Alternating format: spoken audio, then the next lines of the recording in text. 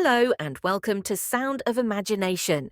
If you enjoy the stories, I'd be thrilled if you could subscribe to the channel and like the video. Don't forget to share your thoughts or story ideas in the comments. I'd love to read them. The Stars Beyond the River. Chapter 1. The silent artist Aaron was a boy of few words.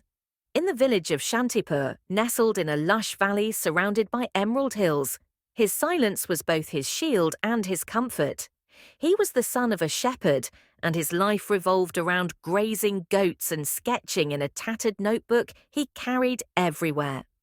His art was a secret world, a sanctuary where he poured his dreams, fears, and the beauty he saw but couldn't express aloud. But Aaron was lonely. His shyness kept him from making friends, and he often watched from afar as the other children played, laughed, and formed bonds he longed for but couldn't bring himself to seek. Chapter 2. The Fearless Newcomer. One summer, Shantipur welcomed a new family from the city. Among them was a spirited girl named Meera. From the moment she arrived, she left an impression. Unlike the reserved villagers, Meera was bold and curious.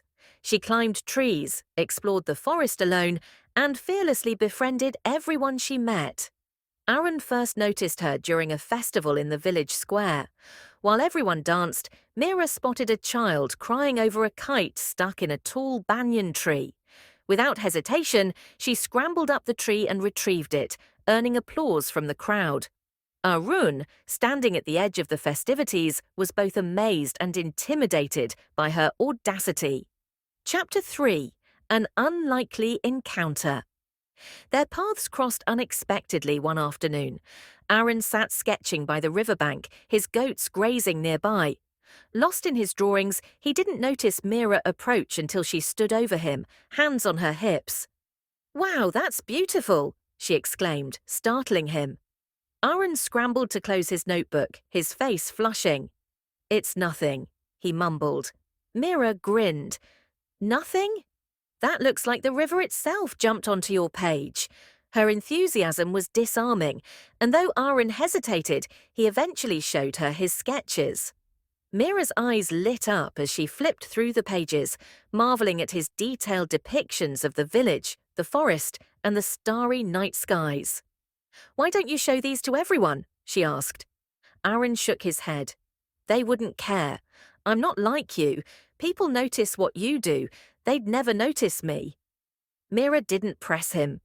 Instead, she said, "If you won't show your art, let me show you my adventures." Deal. Chapter 4. The First Adventure. True to her word, Meera began taking Aaron on adventures. Their first outing was to the old banyan tree. Aaron was hesitant, worried about falling or embarrassing himself. But Meera encouraged him, and slowly he climbed alongside her. From the top, the view was breathtaking, a panorama of the village, the winding river, and the distant hills. "See," Meera said, her voice tinged with awe, "the world is so much bigger than we think." That moment sparked something in Aaron. For the first time, he began to see the world beyond his sketches. Chapter 5. The Waterfall Secret. Over the weeks, Meera led Aaron to places he'd never dared explore. She showed him a hidden waterfall deep in the forest, where the sunlight refracted into shimmering rainbows. They discovered an abandoned treehouse and restored it together, turning it into a sanctuary where Aaron could sketch in peace while Meera told stories of her city life. In return, Aaron shared his own world. He taught Meera to notice the tiny details, the way the light danced on the river's surface, how the stars formed constellations that told ancient stories. They spent nights lying on the grass, gazing at the vast sky, and imagining the stars whispering secrets to them. Chapter 6. The Festival of Dreams. As the annual festival approached, Meera urged Arun to display his drawings. He refused at first, paralyzed by the fear of rejection, but Meera wouldn't give up. "Your art is a gift, Arun," she said. "You see the world differently, and people need to see it through your eyes." Finally, Aaron agreed. Together, they chose his best sketches and mounted them on wooden boards. On the night of the festival, Aaron stood nervously by his makeshift stall, expecting indifference. Instead, the villagers were captivated. "Is this our village?" one elder asked, marveling at a sketch of the river at dawn. "It's beautiful," whispered another. For the first time, Aaron felt seen.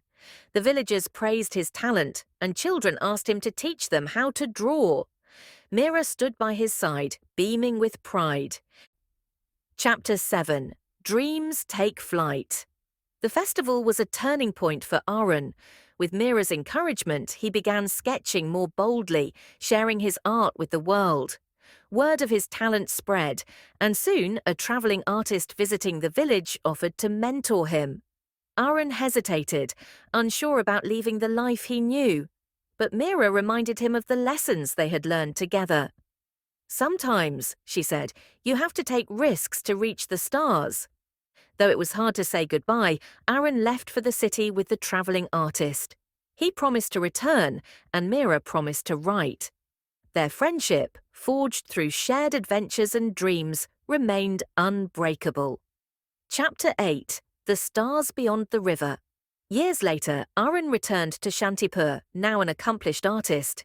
He held an exhibition in the village, showcasing paintings inspired by his childhood, the river, the banyan tree, and the starry skies.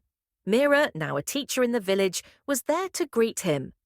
"See," she said, smiling through tears, "I told you the world needed to see your art." Aaron nodded, realizing that Mira had been right all along. Their friendship had been the spark that changed everything, opening doors to a life he'd never dared to imagine.